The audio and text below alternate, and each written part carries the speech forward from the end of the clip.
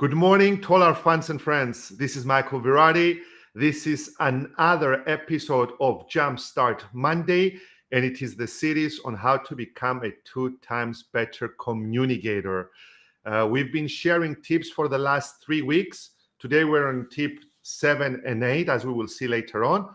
But first and foremost, let me say that we're broadcasting live from Facebook, LinkedIn, and on YouTube.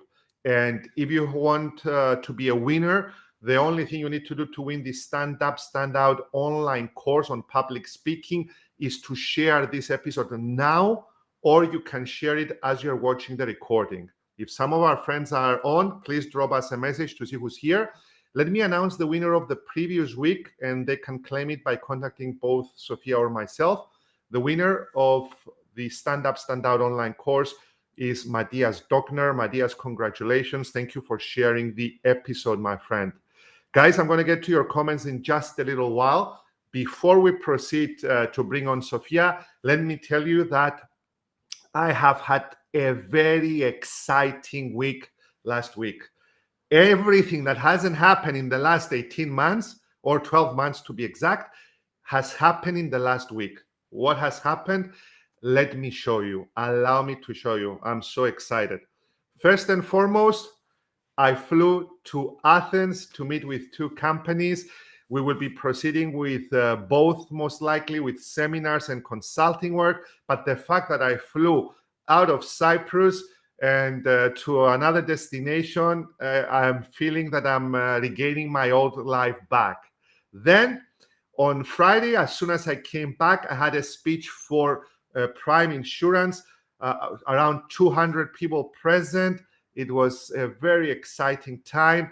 Standing on a stage instead of sitting here in my office as I'm sitting now was for me an unbelievable feeling. I started thinking of what's happening, how we're going forward from now on. Hope we are getting our lives back, and I'm into that. And last but not least, on Sunday, we have Kristen with Christine. We have baptized our 2 children, Hectoras and Marianda, as you can see them here. This is not their actual face, by the way, for anyone who might get confused. And that's little Rolando, our 9-year-old son. So they were exciting times for the Virati family and for me personally. So that's that. I wanted to brief you in. Thank you for tuning in, and let's get Sophia on our call, so we'll start our episode. Sophia, good morning. Good morning, Michael. Good morning, everyone. And I just noticed we are not live on LinkedIn. So we're not live on LinkedIn, huh? We are not live, no. So we're losing a lot of people on LinkedIn. We will check it out. We will post it later on, and we'll do that. The whole thing. I don't know how come. We will post it later. Okay. All right. Very good. So we're live on Facebook and on YouTube, correct? Yes. Okay. So Sophia, tell us what we have now. Yes, today we are continuing with our tips on how to become a better communicator. And the first tip for today, and the tip number 7 for the series, is how to use confident pauses and intonation. And the next tip, let me show it before I talk about the next one. How to use confident pauses. And the next one is utilize questions and involve your audience. We will talk about this too in more detail. So maybe Michael, would you like to start and tell us a little bit about why we should use confident pauses and intonation in our speeches? I just used one, Sophia. I wasn't frozen. I just used one. That's a great question. Confident pauses make you a much better communicator, a better manager, a better leader, a better presenter inside the office or outside the office because of 2 things mainly. It shows that the speaker is confident enough to pause. And it also shows that it is necessary and the speaker takes good courtesy that he or she leaves time for the audience to assimilate the information And at the time of the audience assimilating the information, they're making one decision, Sophia. Is this crap or is this worth it? So if you assimilate and you leave that, if you leave your audience to assimilate information, it means that you respect your audience. And I see a lot of speakers when they get up on stage and they ask, how are you all feeling today? And they don't even pause for the audience to answer or get a reaction from the crowd. And I used to commit the same mistake when I was younger and more inexperienced, because I wasn't feeling comfortable. I was rushing. I wasn't powerful, as I said at the beginning. So these are the main two reasons why we use pauses. But let me get the ball over to you, and you tell us what you think as well. Yeah, I agree. And then the other thing is, when we're using pauses, the other person perceives that we are more credible and we have more gravitas. And they give a better esteem to the other person. I think that's very well said. Very well said. It also allows for suspense. There is a certain suspense when you pause, and sometimes a sharing of emotions, because on a piece of paper you can highlight. I just take my highlighter when I'm making my notes and I highlight. But when you're speaking, the best way to highlight your notes, and because you also say intonation as well, you don't only say pauses, the best way to highlight your speaking is to pause or to change your intonation. So you become a 2 times better speaker by pausing and by using intonation, by not being in a monotone all the time. So this is tip number 7. Sophia, we don't have anything else to say. We can move on to the next tip. Definitely. And they say in negotiation, the Chinese treatment is when you pause and you don't say anything, it makes the other people scared, or it gives you more credibility. So that's something like that. Okay, and the opposite of that is actually involving the audience and using questions. Can you tell us a little bit about that from your experience? From my experience, I would say that asking questions helps you to get the temperature in the room. It's vital. Even if you're doing it remotely, like we've done it here. I mean, you were present when we were delivering a workshop, an online workshop for the American P&I Club. Can you show the first question that we started, please? Is it possible for you to show the first question? Okay, this is how we started. This is a great tool, by the way, for anyone who doesn't know it. It's called Mentimeter, not Menti as it says on there, mentimeter.com. And you create your own surveys, your own questions. So with Sophia, we started by asking people how they felt today. And you need to be observant, look at how they're feeling. And if you see that most of them are feeling scared or sad, probably you will not start exactly the same way that we started, Sophia, when we saw that they were feeling awesome and great. It also shows, before I pass the ball on to you, it also shows that you respect your audience opinion, and you also want to involve them in your presentation. And my experience has shown that if you involve your audience in your presentation, then the audience walks away and say, it was worth it.